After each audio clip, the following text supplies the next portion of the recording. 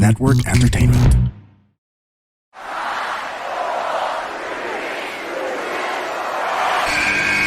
Who's ready for story time? What's going on? This is Xavier Woods, aka Austin Creed. Let me talk to you. Hello, WWE Universe in the Philippines. This is Charlotte. Adam! Hey everyone, this is Jeff Cobb. I have to finish the story.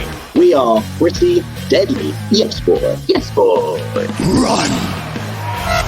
Bang! The sniper is shooting you down. This is TMDK's Robbie Eagles. Hey, this is the Cosmic Cactus, Paul London. Hello, my name is Ilja Dragunov, the Czar, the NXT champion, and you're listening to... And you're listening to... And you're listening... And you are listening... And you're listening to the Wrestling Podcast. The Wrestling Podcast. The Wrestling Podcast. The Wrestling Podcast. To the Wrestling Podcast. Yeah.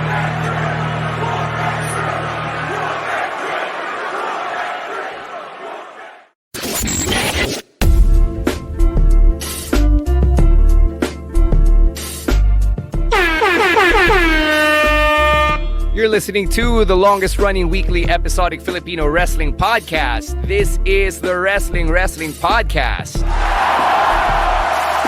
Stan si Romoran and Emile natin checking in on a Picks of the Week episode. It's been a while since I've last recorded an episode with you guys. Obviously, due to circumstances that I didn't want to happen.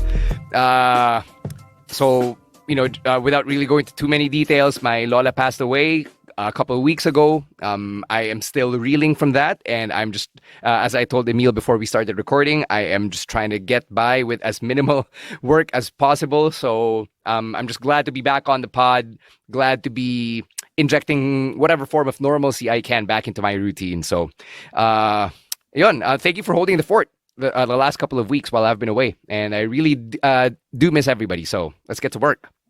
We got a lot to talk about. From news pa lang that happened over the weekend, some stuff that we got to react to, and then syempre it's our Picks of the Week episode. But before we get to all of that, Emile, we have a lot of stuff going on, and I'm sure our listeners would love to know how they can get the inside pass on being a wrestling podcast patron.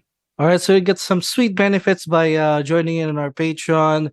It's at patreon.com/wrestling podcast, for as low as $5 or 260 to 270 pesos in our local currency. First, you get to join in on our Discord community where you can interact with your fellow podcasts and talk to us about anything. We also host some watch parties, so if things don't happen, we will have two massive November PLEs. We got Crown Jewel and we have Survivor Series, and also Full Gear. Forgot there's another major pay-per-view, Full Gear. So we'll keep an eye on those for you. And also we have if you've been noticing, we've been doing this new ways of doing our pasabays, and if you join our Patreon, you'll get some sweet discounts on the service fees that pinapatong namin whenever people would want to get their authentic wrestling merch, WWE shop, AEW shop, or any other wrestling merch that you want to get. Also, in our Patreon is the review content of the weekly wrestling shows, courtesy of Ro and Rowan. And again, by subscribing to our Patreon, you're basically supporting everything that we do here in the podcast. So again, it's at patreon.com/wrestling podcast, for as low as $5. All right, sounds good. Sabi nga ni Emile, we've got some big pay-per-views and PLEs to close out 2023. Malamang sa malamang magkaka-viewing party tayo for at least one of them. So just stay tuned for that. Just follow us on social media, facebook.com/wrestling podcast. Same handle on the IG if you want to know what's going on in terms of the PLE viewing parties. Regarding the pasabays, a quick update for some of our listeners and customers. Some of your orders have actually arrived already. So hihintayin lang natin na makumpleto yung mga orders for people who bought multiple pieces of clothing para lang isang pickup na yun. So it's coming along well, and if you want your authentic wrestling merch, you know where to find us to get in on that pasabay run, especially since Black Friday is about a month away. All right, we're going to start with some weekend reactions because this was a pretty big weekend in the world of wrestling. And so what do you guys want to talk about? How about we start with this news from the top guy in Endeavor, Ari Emanuel. He's the biggest boss of all the big bosses. May reports na lumabas over the weekend that he has taken Vince McMahon out of WWE Creative. Obviously, wala akong opinion on this. I'm going to cede the floor to the two of you. I'm just going to tell you na nangyari yun and that everybody has an opinion on it. No, I got context to it. It's not just that, because there's a little more detail to that. Because yes, the biggest news is that Triple H, let's contextualize it properly. Triple H is now the man in charge of creative. It's not just Vince is gone from creative. Syempre, yes, that's the implication of it. Pero the biggest news talaga is Triple H finally assuming the role completely. And the kicker here is that we don't know this, but the subtext obviously was that Vince tried to sell the company so that the new buyer, the new owner, would put him back in charge in a roundabout way that, circumvents yung entire criminal trial niya, and for his alleged sexual violations, if you will. So at first, Ari Emanuel, when he made TKO, he promised a lot of the people around the world that Vince would be in charge because Vince knows the business. And then eventually we get to last week, where it's been, I think this has been publicly declared by Ari Emanuel himself, because it's not something that's being whispered behind the scenes. I know that he took Vince out of the creative power position because, in a manner of speaking, when stocks of TKO plummeted, but dropped, it was because of Vince. So it's an acknowledgement of the fact that business is just better with Triple H. A lot of people have been standing by that, whether it's inside or outside the company, whether it's the employees and the wrestlers or the fans like us who watch from the outside looking in. So really interesting. Karma has come around for the old man is basically the big takeaway here. And I mean, it's pretty clear na di naman sa deserve niya mawala. That's another story entirely. Pero deserve ni Triple H at least to cement himself in the position of power, because I don't think it requires specific expertise on pro wrestling to know or to understand that things are just better now. Like I know a few people who prefer the Vince McMahon style. I don't know if they're trolling or whatever, but business has been up, quality has been up, morale has been up, and you can't go wrong with this. Saka Endeavor is smart enough to realize na yun na nga, yung sinasabi ni Ro na ever since Triple H took over, every week or every month we will hear may balita na, for this town, record, yung attendance record has been surpassed. Like we hear that every month ever since Triple H took over. So that means business is good and you don't rock the boat by changing something. So again, there's a saying, if it ain't broke, don't fix it. So they let Triple H just do his thing, and Vince can spend the rest of his days with all the money that he got from the sale. Yun nga lang, yun yung karma, no? Like he thought he was gonna weasel his way back into WWE Creative when he made the sale, and that was also the fears ng mga tao when the sale was made. Like people. Yeah. Parang natatakot yung mga tao na at that point Triple H was, I think it was after the first WrestleMania under Triple H, and then things were good, and people parang nagkaroon ng fear, like me included, na oh boy, Vince is gonna be back again in sometime soon. Pero good thing Endeavor realized that things are better under Triple H.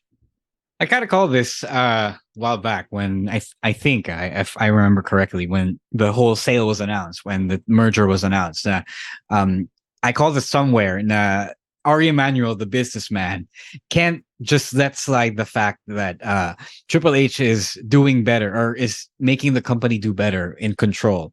And then it's not when Vince is around. So eventually it was going to happen sometime, I didn't expect it to be now, but, I welcome it. I welcome the fact that naisahan si Tatang and it's a good thing. Like I received more hope for the world after hearing this news. Yeah.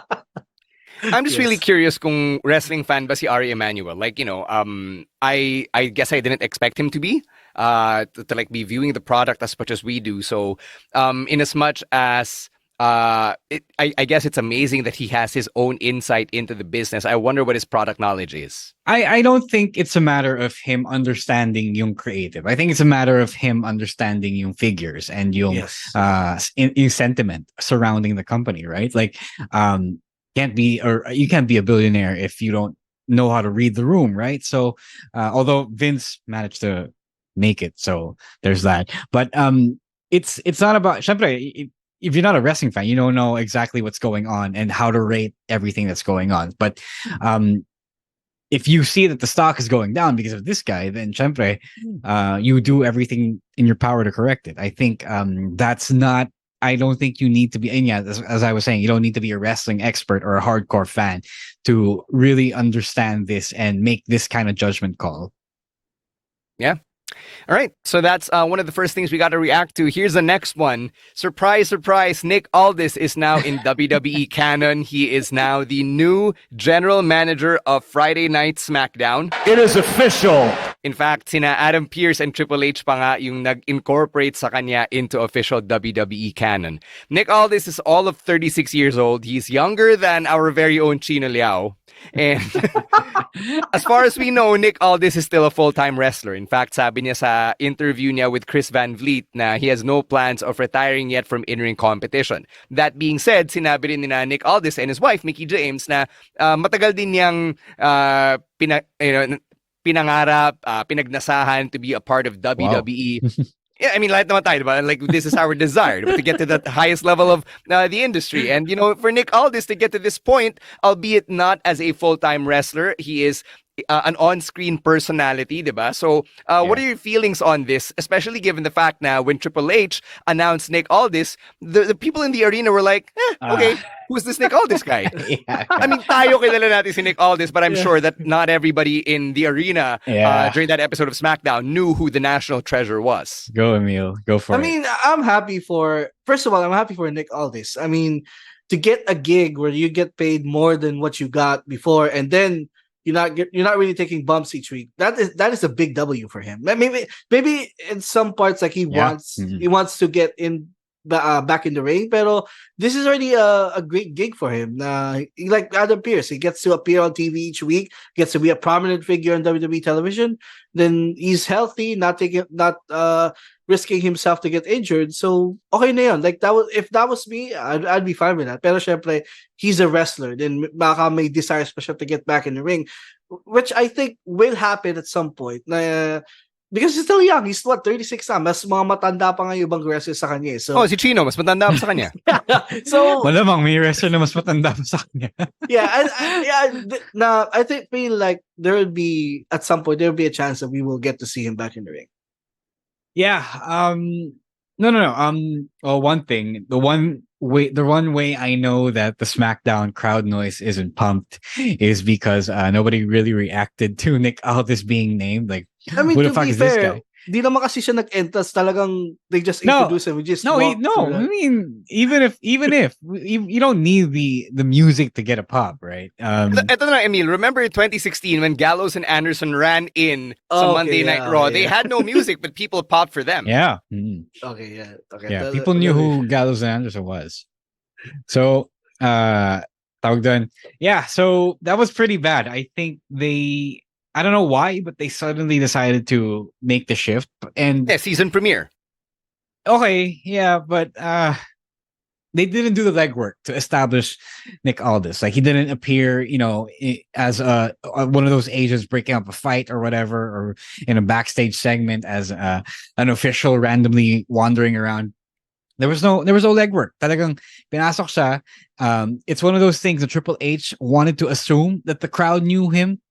And they just didn't for one reason or another. Like, I don't blame them. A lot of people profess to being WWE only wrestling fans, and that's not wrong. But at the same time, you do have to do the work to cater to this audience. Like, not everyone is going to be a Gallows and Anderson. Not everyone is going to be an AJ Styles, who is a known entity. Like, Nick Aldis's biggest achievement was really NWA World Champion, and then nobody watches the NWA the way I did back in 2019. So, talagang I felt bad for him because I don't know if he was expecting a pop. Like, you remember the story of I think it was Chris Kirkpatrick asking JC if anybody would remember them. Diba? So I don't know if he had that kind of he thought about that as well. Pero wala. I just feel bad for him because they didn't do the work to make sure there was a reaction.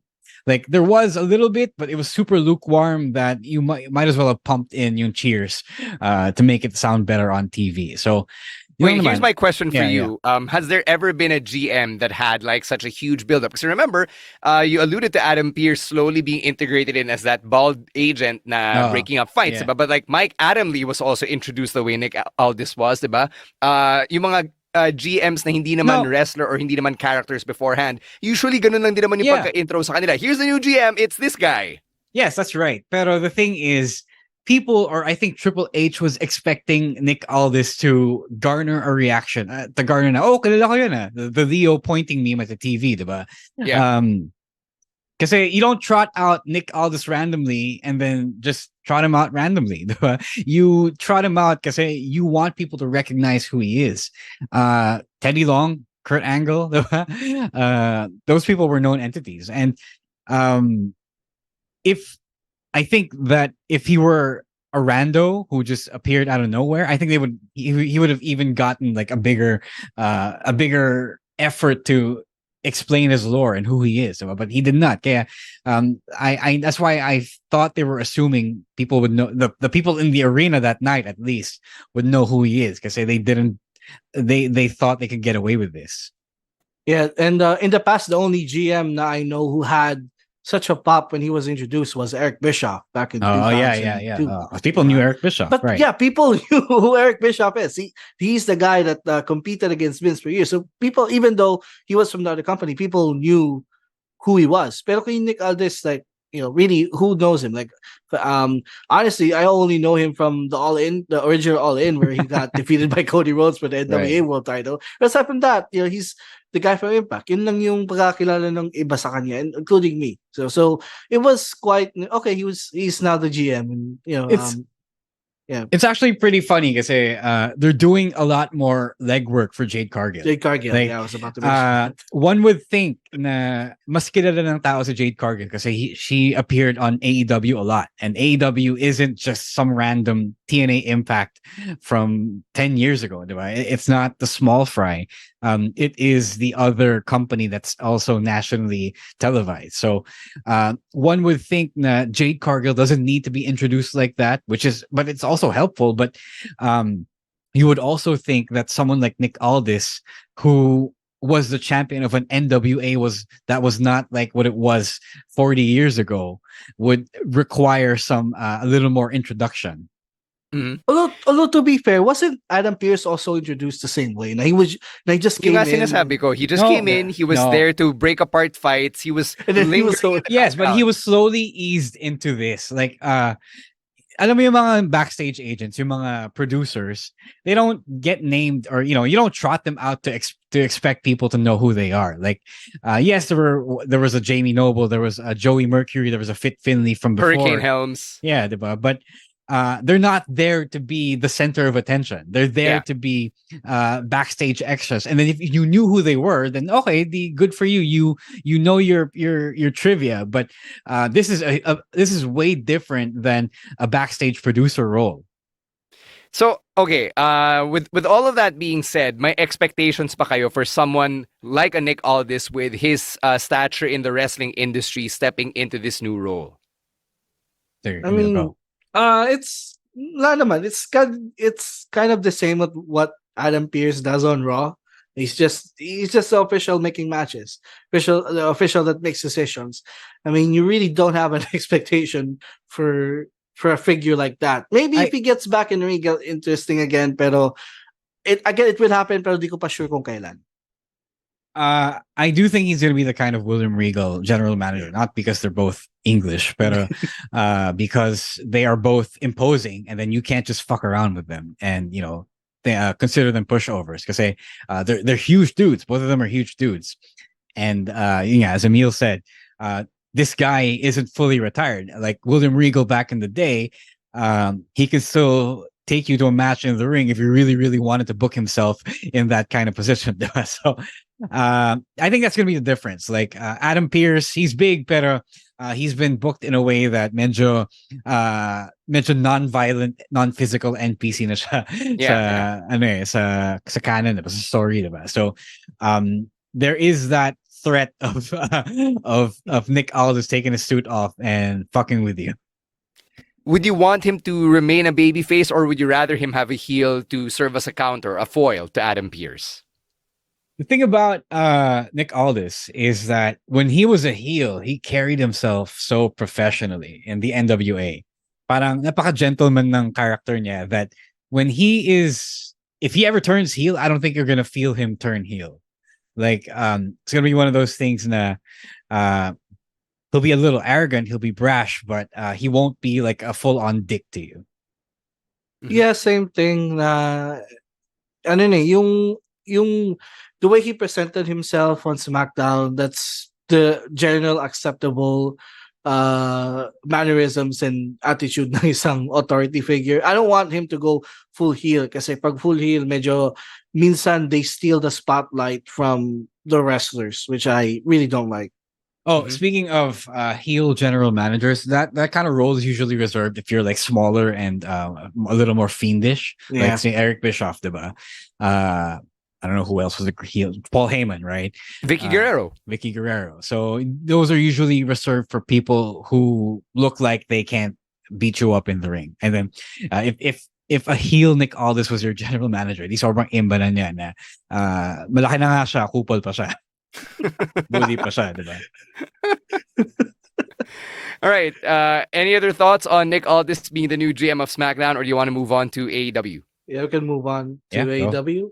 All right. That awkward Edge and Ricky Starks exchange from Collision. Let's break that down. So, si Edge came to the aid of Bryan Danielson, diba? Nagbabangayan sila lahat in the ring. And suddenly, out of nowhere, both Edge and Ricky Starks were taking shots at one another, alluding to things that were outside of the basic canon. So Edge called Ricky Starks a vanilla midget version of The Rock. And then Ricky Starks was alluding to WWE, calling it the other place. And then saying, oh yeah, that one sent me over the edge. And it was very awkward. And Ro, you and I have been in that very situation in the ring with live mics in our hands where we and the people we were cutting promos on both went off script, and it went very terribly in such a small arena then, and it went much more terribly in a huge arena like the venue of Collision over the weekend. So what went wrong here? All right, so let's break it down. Edge kind of started it, right? Technically he wasn't supposed to be that guy. He wasn't supposed to be that guy in the ring na babanat, just a match banat, diba? You alluded to us being in that position. Yeah. When you work, some of the people here, they're really focused on getting over and then looking strong in front of the crowd, right? In front of the people, in front of the fans, especially on social media where it's easy to talk shit. So a lot of these things, pataasan siya ng ihi, palakihan siya ng titi, diba?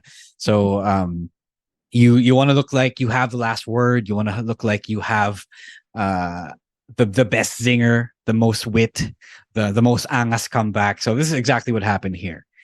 And it's so easy to derail whatever story you were trying to tell by, trying to be the guy with the zinger, with a memeable viral clip on the mic, right? So that's what happened here. And it's funny because Edge shouldn't have been that guy. He was the face in the story. He was the statesman. He was a legend. And he shouldn't have debased himself and Ricky Starks, who he's supposed to be helping put over as, a future star of the company. And he just really tried to take it in a different direction because it was a heat of the moment. Like, you don't think in that moment. You just you just feel like you want to be the better guy. You want to be the cooler guy in that moment. So, it was pretty bad. And si Ricky Starks naman, kumagat siya. Kumagat siya, nagkagatan sila on the mic. And the whole thing just got derailed. And it was so awkward because it was one of those things that they were firing quickly back and forth that okay, they're taking the piss out on each other. This is not part of the story. This is not part of the typical promo beat that you say something, I'll wait, then that other guy will say something else. They were really just going after it on each other. They got pissed off. Somebody got pissed off. They both got pissed off in the moment, and it was bad. Somebody should have nipped it in the bud and then refocused back on whatever story they were telling in that really, really messy opening segment. If it was, it should have been Edge because he was the veteran. He was siya yung kuya nila eh.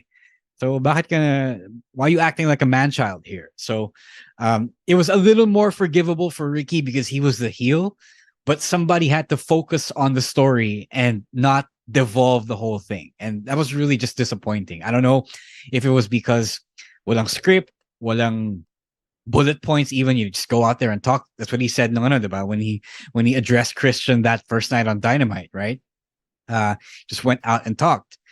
And I hope that Edge at least Bryan as well, they took stock of that segment and how terribly people are commenting about it, how bad the reaction is on social media, how awkward we all felt it was, and they figure out a way to talk it out because apparently there isn't a lot of talking out going on in AEW backstage, and two, find a way to fix the creative process, whether it's by Tony Khan, the agents, the writers, if there are any writers, and the wrestlers themselves, to make sure that something like this doesn't happen again. Like, di ba kayo nag-usap? Wala ba kayong group chat? You didn't lay out what you were going to say in the ring? Like, sometimes it happens like that. You just fire off the hip and, make it all about the backstage insider zinger so that it looks all cool and angas, diba? And that's how a lot of it got derailed back then over here. So, it was pretty disappointing, and I hope that they found a way to learn from all of it. Ako, yung take, sorry Emile, I'll go to you in a bit, but my take on this as a mic guy is madaling madiskaril pag nagpo-promo ka in the ring. That's a reality. You're reacting to so many things. There's the crowd, there's yung kapromo mo, there's your own thoughts, the nerves, diba, na you're trying to hit your points, you're trying to remember what you have to say, and that you want to look good while you're saying it. That's all a given. But dyan papasok yung presence of mind na kailangan meron kang awareness na, okay, I have to hit my cues and I have to make sure na I don't go off the rails para yung story hindi siya ma-derail ng basta-basta. And I think dun sila nagkulang dito. One of them lost focus, so the other lost focus, and then the entire segment just really went off the rails. So I will agree with you na kapag ganyan, the one who should be most accountable is the veteran. Kasi technically, ikaw yung nagli-lead ng segment. So it just really is what it is. And I feel bad na, for one, ito yung nangyari kay Adam Copeland, and two, that we still keep calling him Edge 3 weeks after he debuted. Yeah, eventually I'll get around to call him Cope, like Taz does. Masasanay tayo one day. Hindi tayo parang mass man show na merong air horn every time we call him Edge, but Adam Copeland, Cope, we're gonna get used to it. All right, Emile, your turn.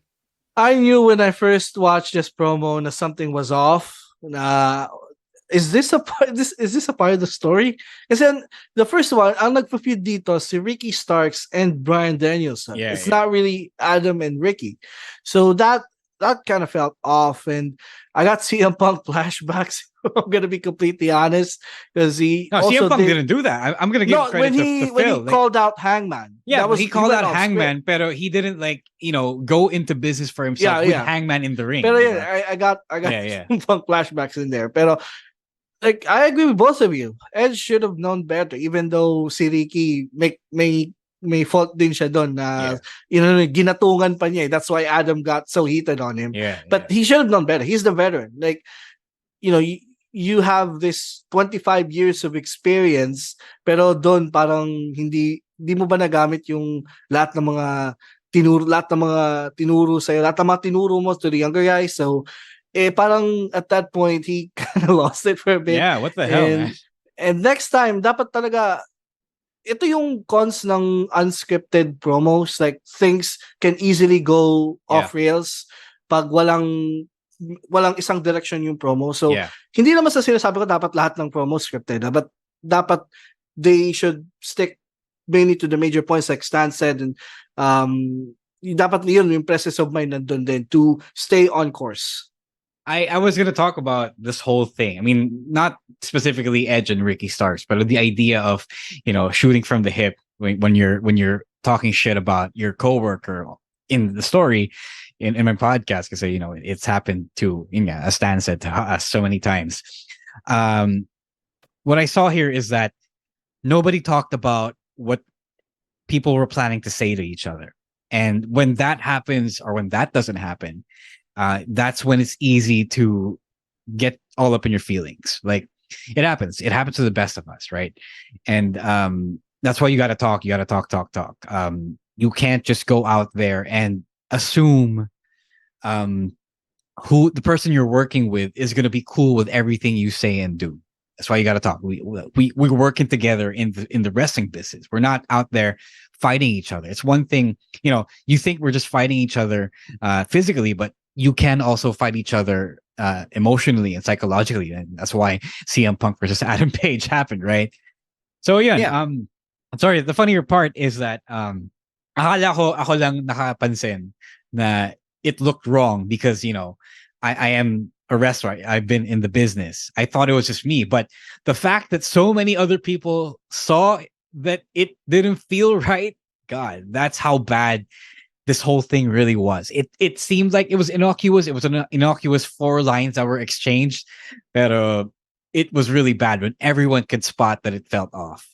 Hindi lang yun, just to add to that last point that you said, Ro, a promo is still a story. And at the end of it all, you have to tell that story from start, middle to end. So in addition to talking with each other about what you want to say to one another when you're out there, kailangan yung story, madala mo pa rin sa dapat niyang puntahan, di ba? You have to remember that you are telling this story. And if you just devolve into pot shots left and right, then you lose track of that story. You can't finish it as Cody Rhodes would want to do. So you have to remember that you're telling a story and that a promo is a conversation. Yun pa, diba? It's a conversation between 2 people who are in character. Sometimes more than 2 people. So, yun din. And you have to remember na some of these pot shots that you might want to say because, magva-viral to, or this will get a reaction, might not be something that your character would actually say. Yeah. So that's another thing when you're less experienced on the mic, it's a mistake that you might be prone to making. So sabi nga ni Coach Trot, learning experience. So for AEW, I think this can very well be a learning experience for everyone, even one of our favorite wrestlers of all time in Adam Copeland. Jesus fucking Christ. I didn't think it would take this soon to get an Adam Copeland controversy in AEW. Then they find a way to do it. They find a fucking way to get there. To be very fair, I wouldn't say naman it's a controversy right here. No, it is. It is now. It's an international incident. I mean, it is it's a fandom incident. People are calling it out, diba? People are saying how weird it was. Yun nga, like I said, if everyone can spot the boo-boo in the ring, where normally the boo-boos should only be spotted by the boys and the girls and the showrunner, that's when you done fucked up. All right. Really unfortunate na wala pang one month si Adam Copeland in AEW, and yet something like this happens, but it is what it is. All right, we'll take a break. When we come back, the picks of the week on this audio-only episode of the Wrestling Podcast. But first, a quick word from our other podcasts on the Pod Network. And we're back. So, you're listening to this on a Wednesday. So, yung picks namin dapat until Raw kanina. But that's fine. We're going to give everyone time to watch Raw. So, we're going to stop at Collision, which is the last show from this week that we're covering for picks of the week. Let's start with Chino's pick, which is from last week's episode of Monday Night Raw from the October 10 edition. And that was the Undisputed Tag Team Championship match between the now former champions in Cody Rhodes and Jey Uso against the former champions in Kevin Owens and Sami Zayn. So sabi ni Chino, he liked this match because, let's face it, the wrestling's always great when these four guys are involved. And then, more than the match itself, na-appreciate ni Chino that Kevin Owens finally showed Jey Uso the respect that Jey was due. Diba? For him, this was the perfect way to end the feud, especially now that we know na si KO pala yung naging kapalit ni Jey Uso on the way to SmackDown. Sabi rin ni Chino, it adds depth to what's becoming a deeper storyline involving Jey Uso, and it makes Chino wonder what the plans are for KO now that he's on SmackDown. All right, so this match was the main event of Raw. It was, and hindi ko alam ito na pala yung final match of the Sami KO tag team for a while. I mean, we never know, they might get back, or past the Survivor Series, they will team up again. So yeah, it was kind of parang a blow off to their tag team. Na, they had one last chance to get back to tag team titles, and they ultimately failed. But in a way, Kevin Owens has finally earned the respect of Jey Uso. So yun pala yung parang baliktad, Jey Uso finally earned the respect of Kevin Owens. Finally earned the respect of Kevin Owens. So di ko alam, yun na pala yung farewell match ni KO sa Raw. I wasn't expecting him to be traded anytime soon, especially with the story going on with the baby faces and the Judgment Day. I thought magka-clash pa sila sa. I mean, they still can, but as of right now, the tag team is done. So yeah, this was a really great match. I mean, Sami and KO, they have been the standard bearers of Raw ever since WrestleMania. Like every couple of weeks, they will always have a banger title defense, and I'm gonna applaud them for this run. They finally had a run where hindi yung they would turn on each other, they would get back, they would turn again on each other. So this was a good, like, how many months? Like 7 or 6 months of them being a tag team, and we saw the best of Sami and KO as a tag team. And Cody and Jey, nasasanay na ako sa kanila na maging tag team champions, but we're gonna talk about that on Thursday. It's kind of unfortunate, but they have this chemistry na nakita din natin over the last few weeks, including that iconic Fastlane post-media scrum. So this was a really good match. It was a really great match. Mm-hmm. Yeah, that didn't take long. Okay, I think you guys already mentioned, Chino already mentioned then, that why this is good. Like, they got chemistry. Syempre, it's one of those things, one of those feature attractions on Raw. I wanted to comment on Raw itself. There was something I said recently about SmackDown and why it isn't quite hitting so much for me or for a lot of people lately. The thing is, somehow Triple H and Shawn Michaels have made Raw and NXT like must-watch affairs. Like, there's always a big thing happening on Raw, always a big match. At this point, every week there'll be a big match. There's a big feature match. Like last week, it was this tag title match. The week before that, it was Gunther versus Ciampa. And then this week, it was Gunther versus Bronson Reed. So they really are making Raw and NXT destination TV viewing for wrestling.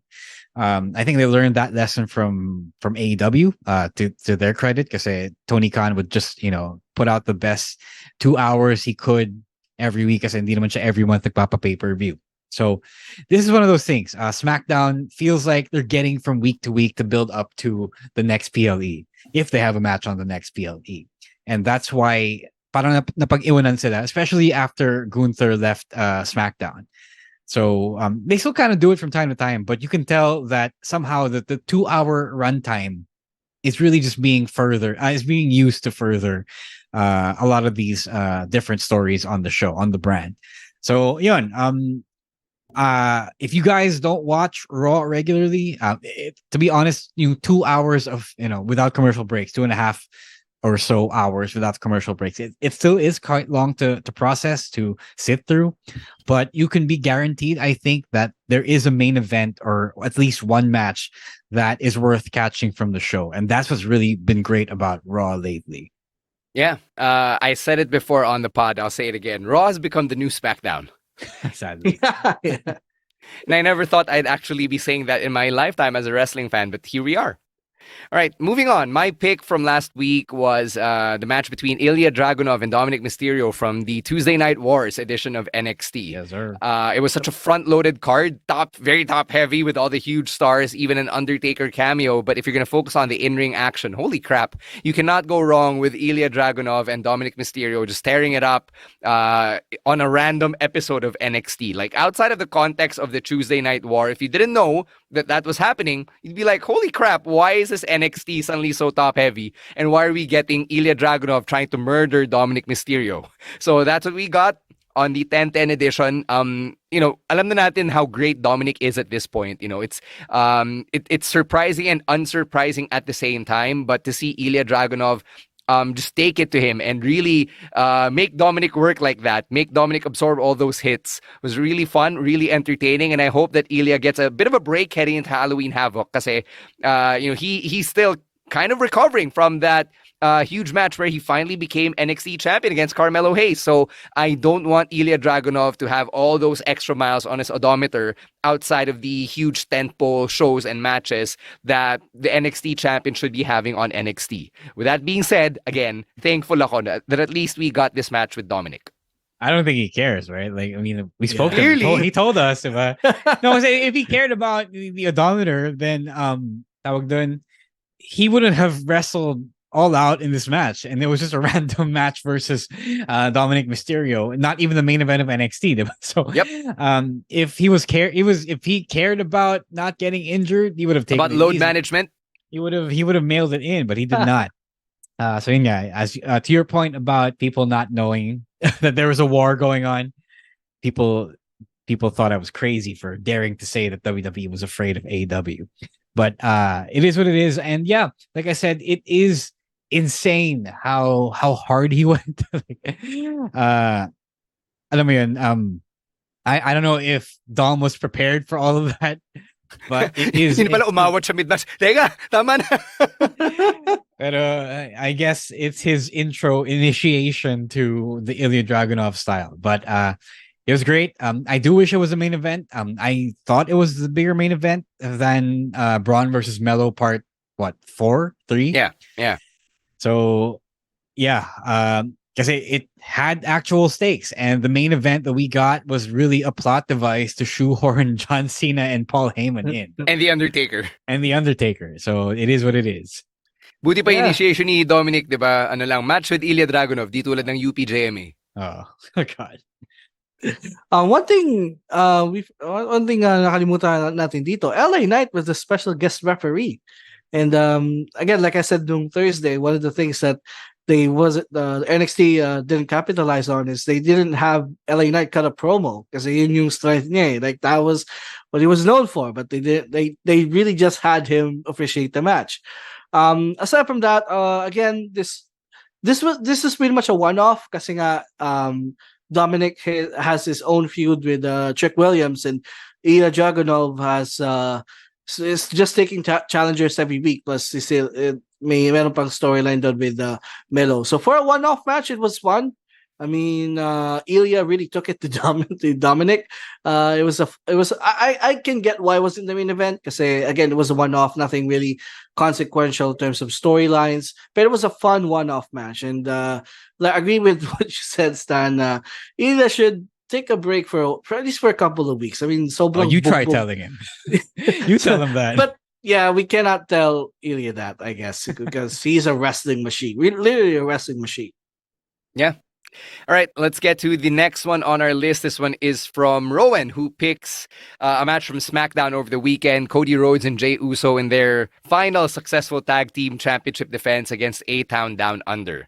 So nag-comment din siya on A-Town Down Under kasi during their entrance, they're very hateable. Clearly naman, diba, these two guys, Grayson Waller and Austin Theory, they know how to heal it up. And he's also enjoying how Grayson Waller is getting the Austin Theory rub because now Grayson Waller is getting involved with all of these established stars and the legends like John Cena. Sabi ni Rowan, the match was kind of quick but still fun, and he never thought that yung combo of the 3D or the 1D and the Cody Cutter together would actually look cool. And Cody 1D ata yung tawag nung commentary. Yeah. I thought it was Cody. Cody, diba? Kasi, No, like Michael that's what I Cole heard calls from it ano. Yeah, sabi ni Michael Cole is 1D. Cody 1D. Okay, I'm confused now. Yun din yung narinig ko, both at Fastlane and on SmackDown. So yun, nagustuhan naman ni Rowan yung finish na yun because I guess it punctuates the match. Ako rin, I kind of agree. It's nice that the Cody Cutter can finally be used to end the Cody Rhodes match. Yeah, sige, go, Emile.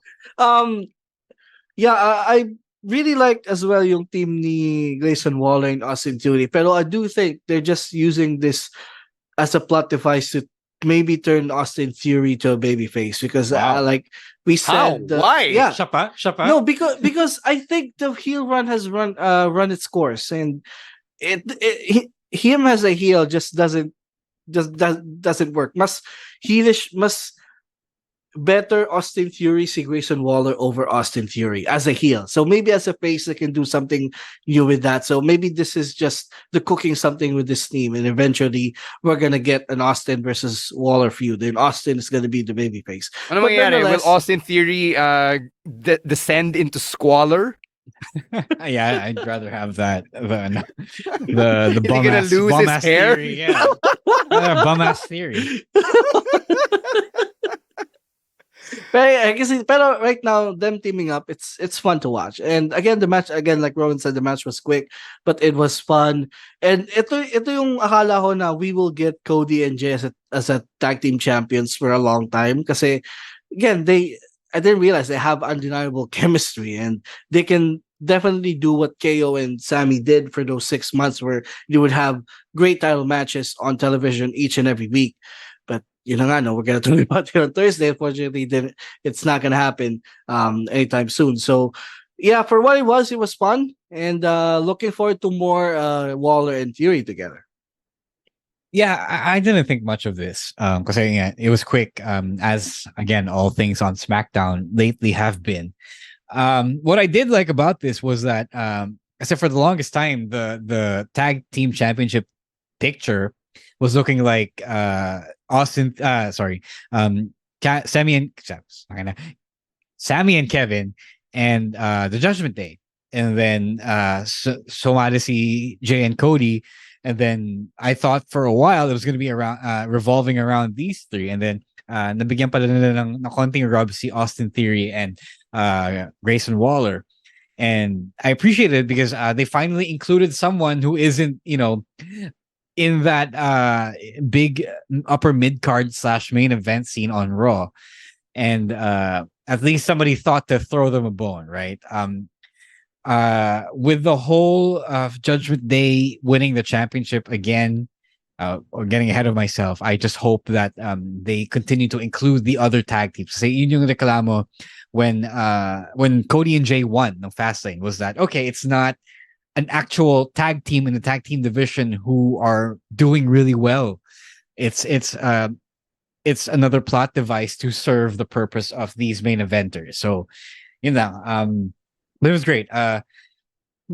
SmackDown is really good at the quick TV matches, and I think the measure of really good, really elite WWE wrestler is how well you can stay used to these really quick matches, quick sprints na halos walang pahinga. If you guys notice, they really try to fit in a lot of these spots and sequences as much as they could within 5 to 6 minutes or so. And that is not easy. Kasi a longer match would be a little more easier on your cardio because you get to have rests in between. But if you're going from bell to bell in around or less than 5 minutes, then you have to be fully conditioned for that. So there, that is Rowan's pick of the week. Let's get to Emile's for the next one. All right, so my pick is from Collision. It's the TBS title match between Kris Statlander and Skye Blue. This is a really good match. I didn't expect coming in that it would be such a great match. I know yung booking TK the AEW Women's Division needs a lot of improvement, but once in a while we would get title matches that are this good. So this is pretty much one of them, and I gotta applaud. I have to give props to Kris Statlander. She has been the solid workhorse of this division ever since coming back. And she's been putting on good performances lately. Whether it's on Rampage or Collision. So sobrang solid ng reign niya so far as a TBS title. And I'm glad na she's back and fully healthy. Kasi sobrang, I think it was a year na nasayang na we always get her back and gets injured, and then long time nawawala siya. So this is pretty much the first time that we got her for an extended period of time, and she's been nailing it with her performances lately.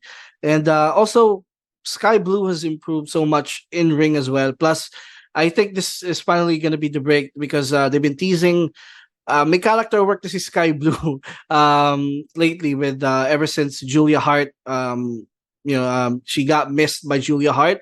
And if you've been watching AEW programming lately, you've been watching Skye Blue. She's been acting more heelish lately because of and her makeup's getting dark. Basically the same way that Julia Hart had that slow burn heel turn. So same thing is happening with Skye Blue, and I'm very interested on what this might lead to. Maybe we're gonna get a tag team between Hart and Skye Blue, or maybe we're gonna get a character change for her. Because before she's kind of like she's just there as a babyface, but now finally make character development. So it must mean that TK is now investing her as a character in AEW canon. So again, but this was a really good match, and can't wait to see more of Skye from now on. Oh, I'm sure you're not the only one who wants to see more of Skye Blue. Yeah. This is going to be a bit of a joke, but I wouldn't be surprised if she ends up joining House of Black and then, becoming Skye Black.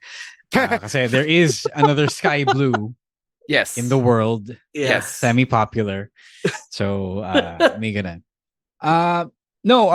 Emile said that Tony Khan has been investing in Skye Blue.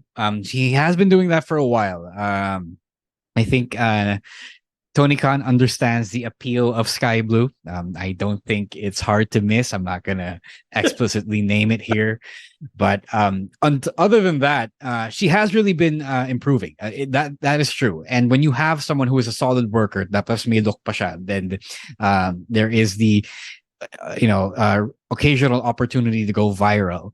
I think Tony Khan at least understands that he has a winning package in Skye Blue.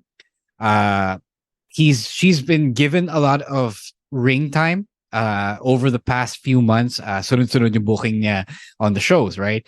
That's what I've always wanted for Tony Khan to do, is to give the women the opportunity to work and work and work on the big shows on TV. That's why you can't just relegate them to the one segment, one match a week. Kasi how are these women going to get better if they don't get the reps? You have to take a hit with your ratings to invest in the long game with these women. Because if you can do it for the men, then there is no reason you can't do it for the women. I know that there is a bit of disparity happening here, but you do have to take a chance on them and let them progress at the pace that they do. And Skye Blue, I've been a fan for a long time now. She has been steadily, visibly getting more comfortable in the ring. Mas solid na yung galaw niya. Hindi siya awkward panoorin. I compare it to the early career Becky Lynch when she was, still the often forgotten member of the Four Horsewomen. A lot of people were in favor of Charlotte, were in favor of Bayley and Sasha. Pero to me, Becky was always the one who was most comfortable in the ring, moving around in the ring and actually wrestling. So I think Skye Blue has gotten to this point, and it was because she got the time, she got the reps. Maybe you could say it was pretty privileged, pero at least this one worked out for her, and I think it will continue to work out, especially now that Emile said that she is going to get a more substantial story moving forward. I'm just really curious kung magiging trope ba to sa AEW na pag naduruan ka ng House of Black member, magiging House of Black member ka na rin. Ano yun? Ang intindi ko is pag naduruan ka ng House of Black member, you just turn heel. Like how Bray Wyatt would do the thing to the people in WWE. But if you interact with Bray Wyatt, you get corrupted somehow, right? Yeah. So I'm hoping it's that, kasi nobody needs to be added to House of Black right now. To be fair, di ba si Miro na missed it? Yeah. And then they were teasing him possibly joining House of Black, pero hindi nangyari. Yeah. But hindi naman Miro's lahat. turned heel now. Yeah, but Miro's always been a heel. No. Yeah, in a manner He was a of face speaking. at some point. Really? No, he wasn't. Like when he came Was back. it? When he came back, diba? As the When he came Redeemer back. again. Okay. Parang it was a little more gray than that. Yeah. Anyway, I think it needs some work. Like Yeah. I don't want it to be a trope. Kasi parang meme na siya ngayon eh. Naduraan ka, magi House of Black ka, or you're gonna turn heel. Like it's I would like for there to be diverse results. Like pag naduraan ka, something else has to happen. I don't want it to be just automatically House of Black or heel turn. No, I think the heel turn is deliberate. Like, it's a way to get there. Like, it's their narrative device, diba? So, it's the urn. It's their urn, diba? Where the urn controls the Undertaker. I don't mind that. I just hope. I mean, it's been a while since it happened to Julia Hart. So, if Miro got missed, but nothing happened to him for real. Like, he didn't get corrupted the way Julia Hart was corrupted. Yeah. If they don't lean into that too much, I wouldn't mind just the heel turn itself. All right. Okay, we are down to our last pick of the week. So, Ro, finish it off here. And the main event of the weekend, Bryan Danielson versus Christian Cage. Okay, no introductions. You don't need to know why I picked this. It's Bryan, it's Christian. They are two proper veterans and living legends of the game. As I said, nung bonus episode, nung live stream, Christian is the top heel in AEW right now. De facto, bar none. Like, MJF turned face, diba? So, Jay White isn't there yet, and it's Christian who is the meme. Kaya siya yung default talaga. And they went out there and had themselves a pretty, actually, ironically, WWE style match, WWE main event style match. Some people might not like that. Maybe you want like a Young Bucks type of indie wrestling-esque spot fest. It's totally cool, but you can't deny how good this was. Like the crowd, I think they got the first "This is awesome" and only "This is awesome" chant of the evening, and deserve naman.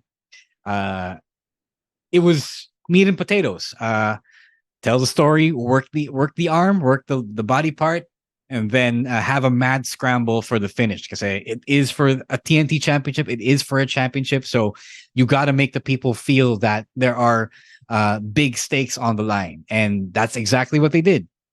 It started out slow, but Christian and Bryan especially is the best in the falsies, the false finishes, especially in the latter half. There was a point there that I literally thought that Bryan was going to win. I think it was the bell lock. They somehow found a rope break for, or it was the Busaiku knee that Christian somehow kicked out of. So legit, I thought it was. I didn't catch the results beforehand, so even though I knew that we predicted that it was going to be a Christian win, because Christian is the guy right now. I thought they changed the last minute plan because syempre farewell tour ni Bryan Danielson. So yeah, super great, really great, and it was really great as well how they just straight up didn't factor in. Did they factor in an interference? Ricky Starks. Yeah, Ricky. Ricky, so he wasn't banned. Right. Ricky Starks wasn't banned specifically because he only banned the Christian Coalition. Si Big Bill din. He interfered, got the ref's attention. Kaya Ricky drove by. Yes. That's right. So they found a way. So yung pala yung sinasabi sa atin before na you can have the dirty finish. Just take the crowd for a ride first. So that's where I finally truly understood that. So please watch this. It's one of those things that they were trying to do with CM Punk and FTR when Collision first premiered. They wanted to do the whole 25 to 30 minute main event, but Punk being Punk, medyo out of his prime na, he didn't quite do that well. Like if you remember the first few times he was stuck in those 30 plus minute main events, he was really just in it for like the hot tag or really working slow. But Bryan kept up the pace and walang palya yung performance niya. So this was the best use of that format of their trope of having really long main events on Collision. Come on, Emile. Hindi sila nagharap sa WWE in a singles match, right? Parang meron. They did. They probably did on NXT. They were both part of NXT season 1, so it wouldn't be out of the question that nagkita sila. Yeah, they had a Raw match in Feb of 2014. Yeah, right. Okay. Because they were both in the Elimination Chamber. Okay. They also had a July 2013 SmackDown match. So meron, kasi nagkabutan nga sila as full-time performers. Yeah, pero yung sasabihin ko sa'yo, this is one of my dream matches. Like, yeah, maybe the TV matches they were short, pero this is one of my dream matches na Bryan versus Christian, kasi both are so good in their own way, and I was proven right with this match. Like, this is, I don't know if it's recency bias, but this is tied with the first FTR versus Bullet Club Gold Tag match as my 2023 AEW match of the year so far. That's how good I think this match was. Like Rose said, it pretty much worked, the typical WWE style main event. It works, you don't have to really do anything much, plus the crowd was kind of lukewarm throughout the show, pero this match, they really got up for it, and nakadagdag sila dun sa fun and excitement dun sa match na yun. And again, for a farewell tour, Bryan has been putting on bangers this year. He's their wrestler of the year so far, kasi every match that he has been, so he even may injury pa siya sa lagay na yun. He had an injury months ago, but ever since coming back, he's been putting on really amazing matches. So parang in a way, like, is this really maybe the end of Daniel Bryan as a full-timer? Because he's been putting out, like, parang inuubos din yung sarili niya na parang gusto mo lalo atang ma-injure yung arm niya. Sabi nga niya, di ba, wala na siyang full functionality in the arm. Yeah, but he's wrestling like that with still a broken arm. Like, that thing hasn't fully healed. Yeah, diba? So I don't want this to be like talagang farewell na, because I want to see more of this. And maybe he'll take some rest in between, but I want to see more, because this has been, ito na yung best stretch ni Bryan since he came to AEW, in my opinion. This has been the best stretch that he had. Mm-hmm. I want to call attention, or I want to pay attention rather, to Christian's little things.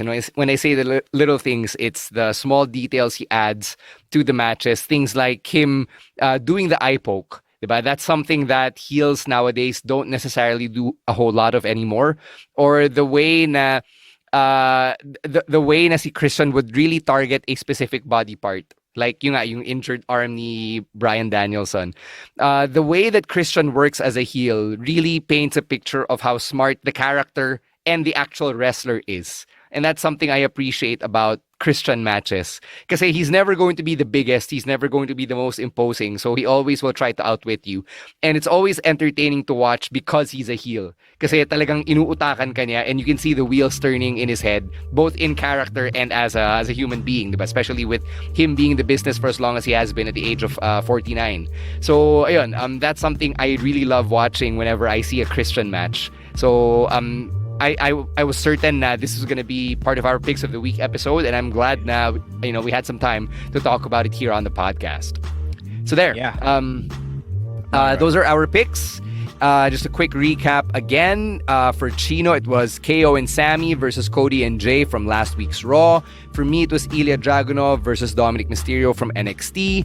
For Rowan, Cody and Jay versus A-Town Down Under from SmackDown. For Emile, Kris Statlander versus Skye Blue from Collision. And for Raw, Bryan Danielson versus Christian Cage from Collision.